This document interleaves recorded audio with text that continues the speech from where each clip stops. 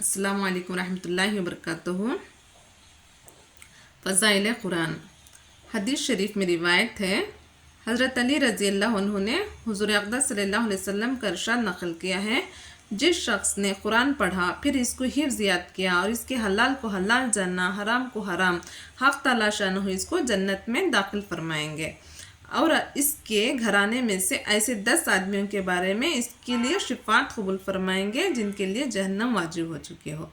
اللہ تعالیٰ کا ارشاد ہے، جو شخص قرآن شریف کو حفظ کرتا ہے، حلال کو حلال جانتا ہے اور حرام کو حرام، تو اللہ تعالیٰ اس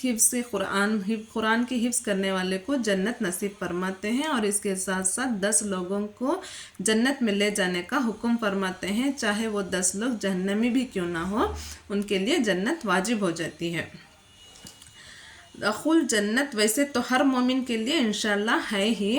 اگرچہ بد اعمالیوں کی سزا بھگت کر ہی کیوں نہ ہو، لیکن حفاظ کی یہ فضیلت ابتدائی دخول کے اعتبار سے ہے۔ وہ 10 شخص جن کے بارے میں شفاعت قبول فرمائی گئی وہ فساق و فجار ہیں، جو مرتکب کبائر کے ہیں، اس لیے کہ کفار کے بارے میں تو شفاعت ہے ہی نہیں۔ حق تعالی شانہ کا ارشاد ہے، مشرکین پر اللہ نے جنت کو حرام کر دیا اور ان کا ٹھکانہ جہنم ہے، اور ظالمین کا کوئی مددگار نہیں۔ دوسری جگہ ارشاد ہے، نبی اور مسلمانوں کے لیے اس کی گنجائش نہیں کہ وہ مشرکین کے لیے استغفار کریں، یعنی کہ ہر مومن مسلمان کے لیے انشاءاللہ جنت تو ہے ہی، چاہے وہ اپنے بد اعمالیوں کی سزا بھگت کر کیوں نہ ہو، وہ جنت میں ضرور جائے گا۔ اور 10 شخص صرف مومن مسلمان ہوں، یعنی مسلمان اگر وہ جہنمی بھی کیوں نہ ہو وہ جنت میں جائیں گے۔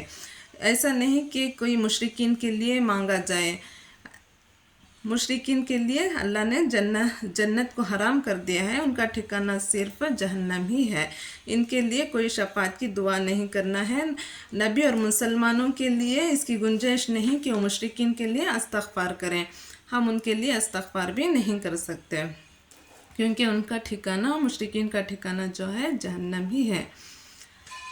اگرچہ وہ کیوں نہ ہمارے رشتہ دار بھی کیوں نہ ہو، ان کے لیے استغفار نہیں کیا جا سکتا، مشرکین کے لیے مغفرت نہیں ہے۔ اس لیے حفاظ کی شفاعت سے اس مسلمانوں کی شفاعت مراد ہے جن کے معاصی کی وجہ سے ان کا جہنم میں داخل ہونا ضروری بن گیا تھا۔ جو لوگ جہنم سے محفوظ رہنا چاہتے ہیں، ان کے لیے ضروری ہے کہ اگر وہ حافظ نہیں اور خود حفظ نہیں کر سکتے تو کم از کم اپنی کسی قریبی رشتہ دار ہی کو حافظ بنا دیں، اس کے طفیل میں بدعمالیوں کی سزا سے محفوظ رکھیں۔ یعنی کہ اگر ہم خود حافظ نہیں بن سکتے، ہم خود حفظ نہیں کر سکتے، تو کم از کم اپنے کسی قریبی رشتہ دار کو حافظ بنا دیں تاکہ ان کے طفیل سے ہم جنت جا سکیں، بدعمالیوں کی سزا سے محفوظ رہ سکیں اور ہم جنت جا سکیں۔ اللہ کا کس قدر انعام ہے اس شخص پر جس کے باپ، چچا، تائے، دادا، نانا، ماموں سبھی حافظ ہیں، اللہم زد فزد۔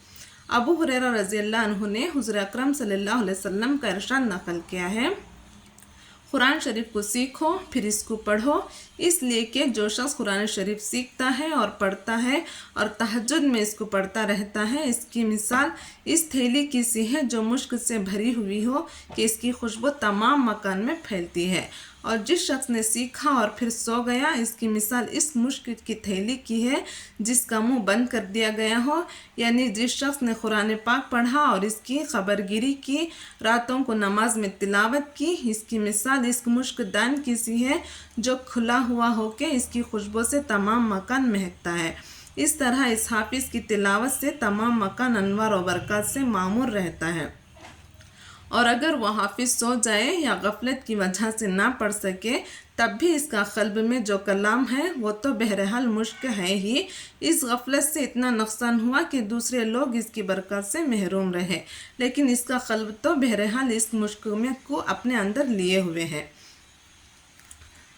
عبداللہ بن عباس رضی اللہ عنہ نے نبی کریم صلی اللہ علیہ وسلم کا ارشاد نقل کیا ہے کہ جس شخص کے قلب میں قرآن شریف کا کوئی حصہ بھی محفوظ نہیں، وہ بمنزلہ ویران گھر کی طرح ہے۔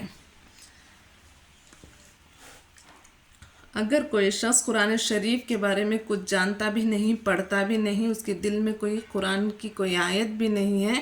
تو اس کا دل ایسے ہے جیسے ویران گھر، خالی گھر کی طرح اس کا قلب یعنی دل اس کا ویران رہ جائے گا۔ اس لیے چاہیے کہ جتنا ہو سکے قرآن سیکھنے کی کوشش کریں، جتنا ہو سکے سیکھیں اور سکھائیں، کم از کم سیکھ لیں اور اس پر عمل کریں۔ اور اگر ہم خود حافظ نہیں بن سکتے تو کسی اور کو، کسی قریبی رشتہ دار کو یا کسی کو بھی حافظ بنائیں تاکہ ان کے طفیل میں ہمیں جنت نصیب ہو سکے۔ آمین۔ اگر آپ کو ہماری یہ حدیث کا بیان کرنے کا طریقہ پسند آیا ہے تو آپ ہمارے چینل کو سبسکرائب کریں، شیئر کریں اور لائک کریں۔ جزاک اللہ۔